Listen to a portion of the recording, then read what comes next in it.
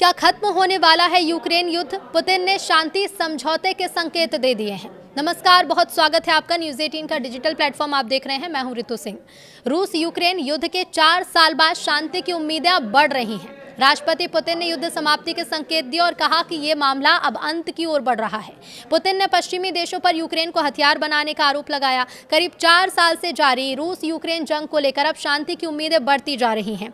रूस के राष्ट्रपति व्लादिमीर पुतिन ने शनिवार को कहा कि यूक्रेन युद्ध अब खत्म होने की ओर बढ़ रहा है। पुतिन का बयान ऐसे समय में आया जब रूस और यूक्रेन के बीच 3 दिन के युद्ध विराम की शुरुआत हुई और दोनों देशों ने 1000 युद्ध बंदियों की अदला बदली पर सहमति जताई। इससे युद्ध शुरू होने के बाद बंदियों के सबसे बड़े आदान प्रदान में से एक माना जा रहा है। मॉस्को में आयोजित रूस के विक्ट्री डे समारोह के दौरान पत्रकारों से बातचीत में राष्ट्रपति पुतिन ने कहा कि मुझे लगता है कि मामला अब अंत की ओर बढ़ रहा है। उनके इस बयान से संकेत मिलते हैं कि मॉस्को 4 साल से अधिक समय तक चले भीषण संघर्ष के बाद बातचीत के चरण की तैयारी कर रहा है। राष्ट्रपति पुतिन के इस बयान ने अंतर्राष्ट्रीय स्तर पर नई चर्चाओं को जन्म दिया। लंबे समय से रूस अपनी सैन्य ताकत और सख्त रुख दिखाता रहा है, लेकिन इस बार पुतिन के शब्दों से संकेत मिले कि अब कूटनीतिक बातचीत की संभावनाएं भी खुल रही हैं। यूरोपीय देशों के कुछ राजनयिकों का मानना है कि मॉस्को अब दुनिया को ये संदेश देना चाहता है कि शांति वार्ता का रास्ता पूरी तरह बंद नहीं हुआ। विजय दिवस परेड के बाद मीडिया से बातचीत में पुतिन ने पश्चिमी देशों पर गंभीर आरोप लगाए। पुतिन ने कहा कि यूक्रेन को रूस के खिलाफ एक हथियार की तरह इस्तेमाल किया गया। पुतिन ने कहा कि पश्चिमी ताकतों ने अपने भू राजनीतिक हितों को आगे बढ़ाने के लिए यूक्रेन को इस्तेमाल किया और रूस की सुरक्षा चिंताओं को नजरअंदाज किया गया। उनके मुताबिक ये युद्ध पश्चिमी देशों ने यूक्रेन के हाथों रूस के खिलाफ लड़ा।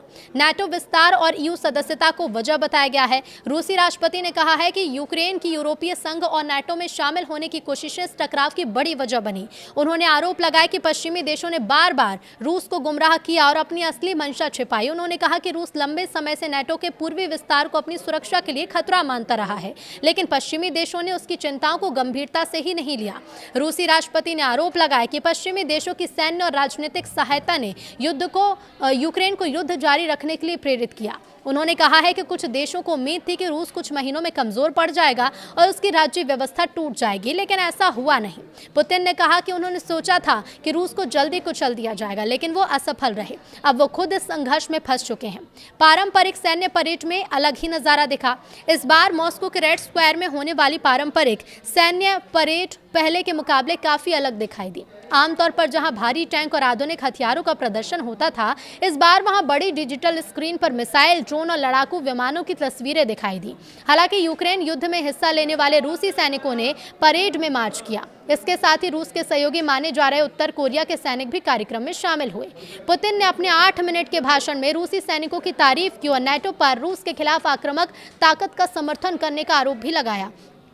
अब ऐसे में जेलेंस्की से मुलाकात पर क्या बोले पुतिन? तो रूसी राष्ट्रपति से जब पूछा गया कि क्या वो यूक्रेन के राष्ट्रपति जेलेंस्की से सीधे बातचीत करेंगे, तो उन्होंने कहा कि ऐसी मुलाकात तभी संभव है जब दोनों पक्ष स्थायी शांति के ढांचे पर सहमत हो जाएं। उन्होंने ये भी कहा है कि यूरोप के साथ भविष्य में बातचीत की संभावना से इनकार नहीं किया जा सकता। उन्होंने पूर्व जर्मन चांसलर को अपना पसंदीदा संपर्क बताया। अब इसी बीच अमेरिकी राष्ट्रपति डोनाल्ड ट्रंप ने रूस और यूक्रेन के बीच 3 दिन के अस्थायी युद्ध विराम की घोषणा की है। यह युद्ध विराम रूस के विजय दिवस समारोह के दौरान लागू हुआ। ट्रंप ने कहा कि पुतिन और यूक्रेन के राष्ट्रपति जेलेंस्की दोनों इस अस्थायी संघर्ष विराम पर सहमत हुए। वॉशिंगटन में पत्रकारों से बातचीत में ट्रंप ने कहा कि मैं चाहता हूं कि लड़ाई रुक जाए। रूस यूक्रेन युद्ध द्वितीय विश्व युद्ध के बाद सबसे भयावह संघर्ष बन चुका है। अब तक हजारों सैनिक और नागरिक मारे गए हैं। रूस यूक्रेन युद्ध फरवरी 2026 में अपने 5वें साल में प्रवेश कर चुका है, यानी कि 4 साल पूरे हो चुके हैं। 2022 में रूस द्वारा यूक्रेन पर पूर्ण सैन्य हमला शुरू किए जाने के बाद से दोनों देशों के बीच संघर्ष जारी है। इस जंग की वजह से लाखों लोग विस्थापित हुए, हजारों सैनिक और नागरिक मारे गए या घायल भी हुए, जबकि यूक्रेन के कई शहर पूरी तरह तबाह हो चुके हैं। हालांकि हाल ही के दिनों में युद्ध विराम और बातचीत की कोशिशों ने शांति की उम्मीदें बढ़ाई हैं, लेकिन जमीनी स्तर पर तनाव अभी भी जारी है। दुनिया भर के कई देश इस युद्ध का स्थायी राजनीतिक समाधान निकालने की मांग कर रहे हैं। इसी बीच जेलेंस्की जेलेंस्की ने रूस के विक्ट्री डे समारोह पर प्रतिक्रिया दी और कहा कि यूक्रेन रूस की परेड होने देगा और उसके हथियार रेड स्क्वायर को निशाना नहीं बनाएंगे। रूसी राष्ट्रपति व्लादिमीर पुतिन ने यूक्रेन युद्ध खत्म होने को लेकर पहली बार शांति वार्ता के संकेत दिए हैं। उन्होंने शनिवार को ऐलान किया कि यूक्रेन युद्ध खत्म होने की ओर है। यह अभी तक का उनका सबसे मजबूत संकेत है कि मॉस्को 4 साल से ज्यादा समय तक चली इस भीषण लड़ाई के बाद अब बातचीत के जरिए समाधान तलाशने के संकेत दे रहा है। रूस की तरफ से पहली बार युद्ध खत्म होने को लेकर ऐसी बात कही गई। मॉस्को में रूस के विजय दिवस समारोह के दौरान पुतिन ने पत्रकारों से बातचीत कहा, मुझे लगता है कि मामला अब खत्म होने की ओर बढ़ गया है। कड़ी सुरक्षा के बीच एक छोटे पैमाने की सैन्य परेड इस समारोह में आयोजित की गई थी। अब ये टिप्पणी ऐसे समय में आई है जब रूस और यूक्रेन ने अमेरिका मध्यस्थता में 3 दिवसीय संघर्ष विराम शुरू किया और युद्ध शुरू होने के बाद पहली बार 1,000 युद्ध बंदियों की अदला बदली पर सहमति जताई। पुतिन के बयान ने तत्काल दुनिया का ध्यान खींचा और उनके बयान से ये पता भी चलता है कि पर्दे के पीछे से युद्ध खत्म करने की तैयारियां चल रही हैं। पुतिन की इस टिप्पणी के बाद एक यूरोपीय राजनयिक ने निजी तौर पर कहा कि अब ऐसा लग रहा है कि मॉस्को ये संकेत देना चाहता है कि बातचीत का रास्ता बंद नहीं।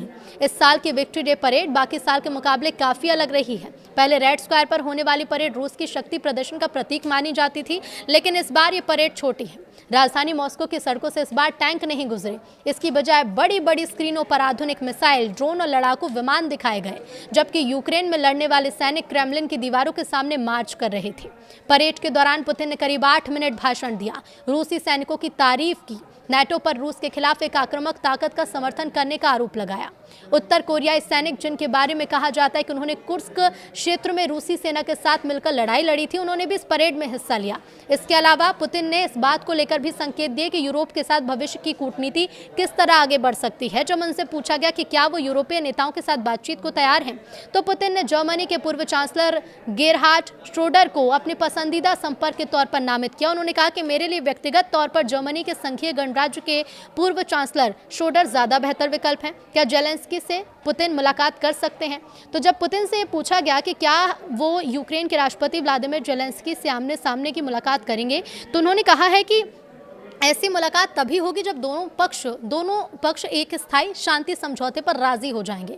बता दें कि मॉस्को ने बार बार तर्क दिया है कि पश्चिमी देशों ने पहले संपर्क तोड़ा, लिहाजा बातचीत की पहल भी पश्चिमी देशों की तरफ से ही होनी चाहिए। दूसरी तरफ अमेरिकी राष्ट्रपति डोनाल्ड ट्रंप ने लड़ाई में और ज्यादा समय तक विराम लगाने की अपील की। कहा है कि मौजूदा संघर्ष विराम को एक बड़ा विस्तार मिले। ट्रंप ने वॉशिंगटन में पत्रकारों से कहा कि मैं चाहता हूं कि ये लड़ाई रुक जाए। रूस यूक्रेन जान माल के नुकसान के लिहाज से एक दूसरे विश्व युद्ध के बाद की सबसे बुरी घटना है। यूक्रेन के साथ युद्ध की शुरुआत को लेकर पुतिन कह रहे हैं कि स्थिति यूक्रेन की यूरोपीय संघ में शामिल होने की कोशिशों से शुरू हुई। उनके मुताबिक इसके बाद यूक्रेन में तख्ता पलट हुआ, फिर क्रीमिया की घटनाएं हुई, आखिर में रूस ने अपना स्पेशल मिलिट्री ऑपरेशन शुरू किया। रूस और यूक्रेन के बीच जारी युद्ध को अब 4 साल से ज्यादा का समय हो चुका है। हजारों लोग अपनी जान गंवा चुके हैं और लाखों लोग प्रभावित हुए हैं। कई बड़ी दुनिया की ताकतें संघर्ष को खत्म कराने की कोशिश में लगी हुई हैं, लेकिन अब देखना होगा दोनों पक्षों की ओर से शांति वार्ता की बात कब होगी।